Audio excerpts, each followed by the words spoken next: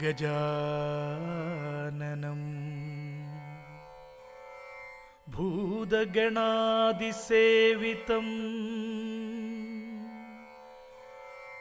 കപിത്തജംഭൂഫല സാരഭക്ഷിതം ഉമാസുതം ശോകവിനാശകാരണം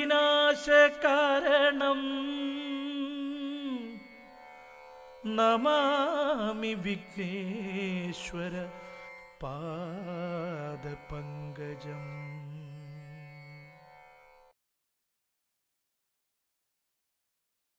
ഇത് ദൈവത്തിൻ്റെ സ്വന്തം നാട്, ദേവാലയങ്ങളുടെ നാട്, പ്രശാന്ത സുന്ദരമായ നമ്മുടെ കേരളം, കലയെയും സംസ്കാരത്തെയും ഊട്ടി വളർത്തിയ നാട്.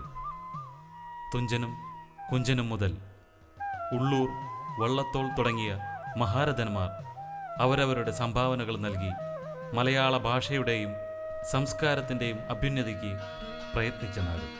നമ്മുടെ ഭാരതീയ ക്ലാസിക്കൽ കലകളിൽ ഭൂരിഭാഗവും കേരളീയ കലകളാണ്.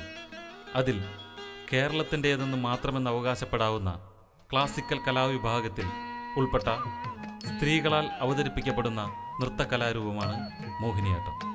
ശബ്ദങ്ങളിൽ നിന്ന് ഗീതവും ചലനങ്ങളിൽ നിന്ന് നൃത്തവും രൂപം കൊണ്ടു. ദേവദാസി സമ്പ്രദായം നിലനിന്നിരുന്ന പുരാതന കാലഘട്ടത്തിൽ ദാസിയാട്ടം അഥവാ തേവടിച്ചിയാട്ടം എന്ന പേരിൽ ഈ നൃത്തരൂപം അറിയപ്പെട്ടിരുന്നു. തേവടിച്ചി എന്ന പദത്തിന് ദേവന്റെ അടിയുടെ അച്ചി, അതായത് ദേവപാദദാസി എന്നാണ് അർത്ഥം കൽപ്പിക്കുന്നത്. എന്നാൽ വിദേശികൾ ഭാരതത്തിൽ വരികയും നാടിൻ്റെ കലാ സാംസ്കാരിക മണ്ഡലങ്ങളിലും സമ്പദ് വ്യവസ്ഥകളിലും ഇടപെടുകയും ചെയ്തതോടെ ഈ കലാരൂപത്തിന് നിയന്ത്രണം ഏർപ്പെടുത്തുകയും മോഹിനിയാട്ടം പതുക്കെ വീടുകളിലേക്കും കൊട്ടാര മതിൽക്കെട്ടുകൾക്കുള്ളിലേക്കും ഒതുങ്ങിക്കൂടാൻ തുടങ്ങി. എന്നാൽ 19-ാം നൂറ്റാണ്ടിൽ തിരുവിതാംകൂർ വാണരുളിയ രാജ്യസ്നേഹിയും പ്രജാക്ഷേമ തൽപരനും അതിലുപരി കലാസ്നേഹിയുമായിരുന്ന ശ്രീ സ്വാതി തിരുനാൾ മഹാരാജാവ് മൺമറഞ്ഞുകൊണ്ടിരിക്കുന്ന ഈ കലാരൂപങ്ങളെ പ്രോത്സാഹിപ്പിക്കാൻ ആരംഭിച്ചതോടെ അത് മോഹിനിയാട്ടത്തിൻ്റെ ഉയർച്ചയ്ക്കും വളർച്ചയ്ക്കും കാരണമായി തീർന്നു.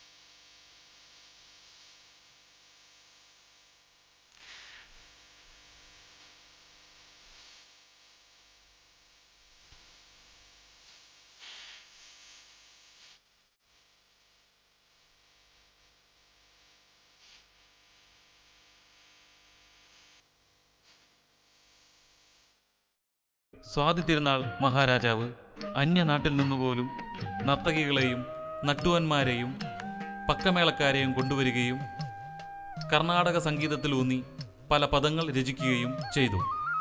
സോപാന സംഗീതവും കർണാടക സംഗീതത്തിൻ്റെ ആലാപന ഭംഗിയിലും ചിട്ടപ്പെടുത്തിയിട്ടുള്ളതാണ് മോഹിനിയാട്ട സംഗീതം.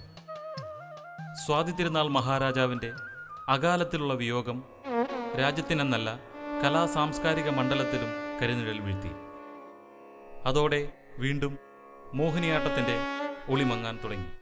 മോഹിനിയാട്ടം എന്ന് പറഞ്ഞാൽ കേരളത്തിന് എന്നും അഭിമാനിക്കാവുന്ന ഒരു കലയാണ് മോഹിനിയാട്ടം. കേരളത്തിൻ്റെ ചരിത്രവും അതിൻ്റെ പ്രകൃതിയും സംസ്കാരവും എല്ലാം ഉൾക്കൊണ്ടിട്ടുള്ള നമുക്ക് അഭിമാനിക്കാവുന്ന ഒരു കല തന്നെയാണ് മോഹിനിയാട്ടം. അതിൽ യാതൊരു സംശയവുമില്ല. സ്വാതി തിരുനാളിൻ്റെ കാലം മുതൽക്ക് തന്നെയാണ് മോഹിനിയാട്ടത്തിന് ഇന്ന് കാണുന്ന ഈ ഒരു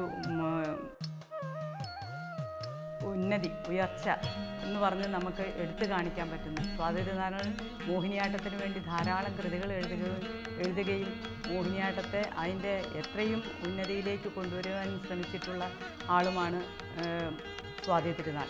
സ്വാതി തിരുനാളിന് ശേഷമാണ് നമ്മളുടെ ഈ മോഹിനിയാട്ടം കുറേ കാലം നാമാവശേഷമായി കടന്നു. അതിനുശേഷം നമ്മളുടെ മഹാകവി വള്ളത്തോളും മുകുന്ദരാജയും ചേർന്ന് കലാമണ്ഡലത്തിനെ രൂപപ്പെടുത്തിയെടുക്കുകയും ആ കലാമണ്ഡലം വഴിയാണ് ഇന്ന് കാണുന്ന മോഹിനിയാട്ടത്തെ നമ്മളുടെ മുന്നിൽ എത്തിച്ചിട്ടുള്ളത്. ഇരയിമ്മൻ തമ്പി, ഷക്കാല ഗോവിന്ദമാരാർ, കരീന്ദ്രൻ, കുഞ്ഞുകുട്ടി തങ്കച്ചി തുടങ്ങിയവരും അക്കാലത്ത് മോഹിനിയാട്ടത്തിന് തനതായ സംഭാവനകൾ നൽകിയിരുന്നു. ഏതായാലും മോഹിനിയാട്ടത്തിൻ്റെ ഗാനാലാപന രീതിക്ക് മാറ്റം വരുത്താൻ സ്വാതി തിരുനാൾ മഹാരാജാവിന് കഴിഞ്ഞതായി നമുക്ക് അനുമാനിക്കാം. ഈ നൃത്തരൂപത്തിലുണ്ടായിരുന്ന ഇനങ്ങളെ ചുരുക്കിയെടുത്ത് അവയെ മേളപ്രാപ്തി, അലാരിപ്പ്, ജതിസ്വരം, ശബ്ദം, സ്വരജതി, വർണ്ണം, രാഗമാലിക, പദം, ജാവളി, തില്ലാന എന്നീ മുറയിൽ തയ്യാറാക്കിയത് തഞ്ചാവൂർ ബ്രദേഴ്സാണ്. ഭാരതമെന്ന പേർ കേട്ടാൽ അഭിമാനപൂരിതമാകണമന്തരംഗം. കേരളമെന്നു കേട്ടാലോ തിളയ്ക്കണം ചോര നമുക്കു ഞരമ്പുകളിൽ. മലയാള ഭാഷാ സാഹിത്യത്തിന് പത്തരമാറ്റിൻ്റെ തിളക്കം നൽകിയ കേരളത്തിൻ്റെ മഹാഗുരു വള്ളത്തോൾ ശ്രീ നാരായണമേനോൻ. ഇത് അദ്ദേഹം സ്ഥാപിച്ച ചെറുതുരുത്തിയിലെ കേരള കലാമണ്ഡലം എന്ന കലകളുടെ മഹാക്ഷേത്രം ഒരുപക്ഷെ കേരളത്തിൻ്റെ കലാ സാംസ്കാരിക പൈതൃകത്തിൻ്റെ പാതയിൽ നിന്നും മൺമറഞ്ഞു പോയേക്കാവുന്ന മലയാളത്തിൻ്റെ തനത് കലാരൂപങ്ങളെ വീണ്ടെടുത്ത് അതിന് ജീവവായു നൽകി സത്വരമായ ഘടനയിലൂടെയും ചിട്ടയായ പരിശീലനത്തിലൂടെയും ഗുരുശിഷ്യ ബന്ധത്തിൻ്റെ പരിഭാവനത മുൻനിർത്തി ഈ കലകളെ വീണ്ടെടുത്ത് മലയാളത്തിന് സമർപ്പിച്ച ഋഷിതുല്യനായ മഹാപണ്ഡിതൻ.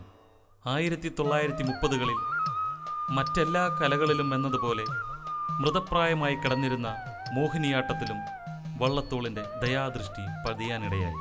മഹാകവി ടാഗോർ ഈ നൃത്തരൂപത്തിൽ ആകൃഷ്ടനാവുകയും ശാന്തിനികേതനിൽ ഇത് അവതരിപ്പിക്കുവാൻ കലാമണ്ഡലത്തിൽ നിന്നും ഓ കല്യാണിക്കുട്ടിയമ്മയെ കൊണ്ടുപോവുകയും ചെയ്തിട്ടുണ്ട്.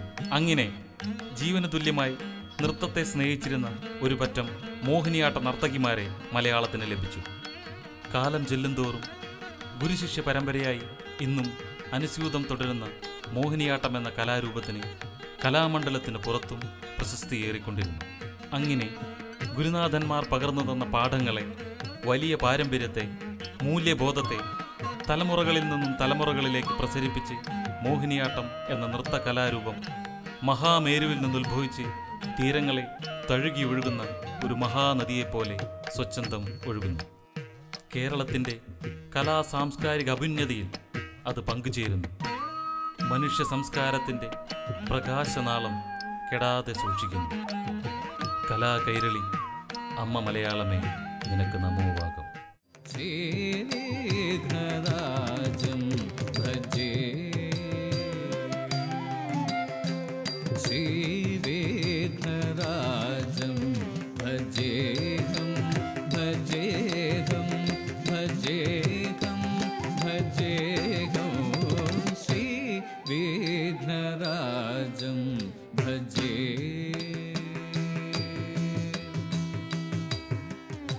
ഭജേ ഭജേ